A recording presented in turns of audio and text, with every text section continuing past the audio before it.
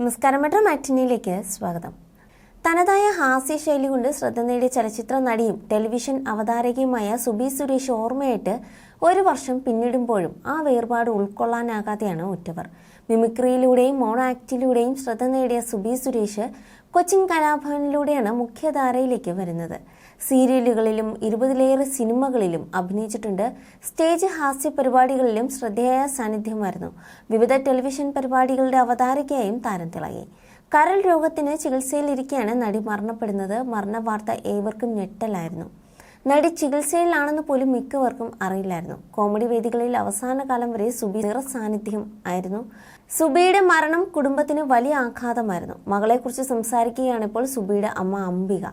ഗുരുതരമായ അവസ്ഥയിലാണെന്ന് അവൾക്കറിയില്ലായിരുന്നു. എനിക്കും മനസ്സിലായില്ല. ഇത്രയും കാശ് ചെലവാക്കുന്നു, കുറേ ഡോക്ടർമാർ വന്ന് നോക്കുന്നു, പക്ഷേ എൻ്റെ ഭർത്താവിനും മകനും കുറച്ചറിയാമായിരുന്നു എന്ന് തോന്നുന്നു. തലേ ദിവസം ഒരു കുറ്റബോധം പോലെ സുബി എന്നോട് പറഞ്ഞു, ഞാൻ അവസാനമായപ്പോൾ അമ്മ പറഞ്ഞതൊന്നും കേൾക്കാണ്ടായല്ലേ, അതൊക്കെയാണ് ഞാൻ ഈ അനുഭവിക്കുന്നതെന്ന്. അതൊക്കെ സാധാരണ വീട്ടിൽ ഉള്ളതല്ലേ എന്ന് ഞാനും പറഞ്ഞു. ഭക്ഷണം കൃത്യമായി കഴിക്കാത്ത ആളായിരുന്നു സുബി എന്നും അമ്മ പറഞ്ഞു. അതുപോലെ എഴുന്നേറ്റ് വരുമ്പോൾ 12 മണിയാകും, പിന്നീട് 2 മണിയായി. ഞാൻ ചെന്ന് വിളിച്ചാൽ ഒച്ചയെടുക്കും. അനിയൻ്റെ കുഞ്ഞിനെ അയക്കും. അതിനെ വളരെ ഇഷ്ടമാണ്. കൊച്ചു വാതിലിൽ ഇടിക്കുമ്പോൾ അതിനെ എടുത്ത് അവൾ പോകും. ആശുപത്രിയിൽ വെച്ച് എന്തൊക്കെ നൽകിയിട്ടും സുബി ഒന്നും കഴിച്ചിരുന്നില്ല. സുബിയുടെ കാര്യത്തിൽ ഡോക്ടർമാർക്ക് പിഴവ് പറ്റിയെന്ന് ചില ചാനലുകൾ കാരണസഹിതം പറയുകയുണ്ടായി. പക്ഷെ എനിക്ക് ഡോക്ടർമാരിൽ വലിയ കുഴപ്പം തോന്നിയില്ല. പക്ഷെ പിന്നീട് അവിടുത്തെ മാനേജ്മെൻറ്റുമായി ഇത്തിരി പ്രശ്നമുണ്ടായി.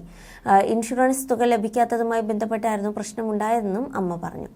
പുള്ളിക്കാരിക്ക് 27 ലക്ഷം രൂപയുടെ മെഡിക്കൽ ക്ലെയിം ഉണ്ടായിരുന്നു. പാൻക്രിയാസിൽ കല്ലുണ്ടെന്നും കരളിന് അസുഖം വന്നെന്നും പറഞ്ഞ് അത് തന്നില്ല. ഞാനും ഭർത്താവിനും എൻ്റെ വീട്ടിൽ നിന്നുള്ള വിഹിതം വിറ്റ് റിയൽ എസ്റ്റേറ്റിൽ ഇറങ്ങിയിരുന്നു. അതുകൊണ്ടാണ് എനിക്ക് ചികിത്സിക്കാൻ പറ്റിയത്. അല്ലാതെ സുബിയുടെ കയ്യിൽ ഇത്രയും പണമില്ല.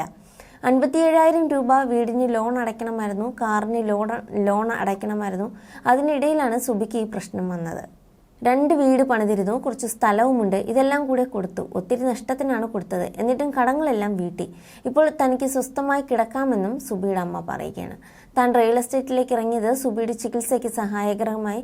അമ്മ എന്തിനാണ് ഇനി ഇങ്ങനെ ഓടുന്നതെന്ന് എപ്പോഴും ചോദിക്കുമായിരുന്നു. പക്ഷേ അന്ന് ഓടിയില്ലായിരുന്നെങ്കിൽ കൊച്ചിനെ ചികിത്സിക്കാൻ പറ്റില്ലായിരുന്നു.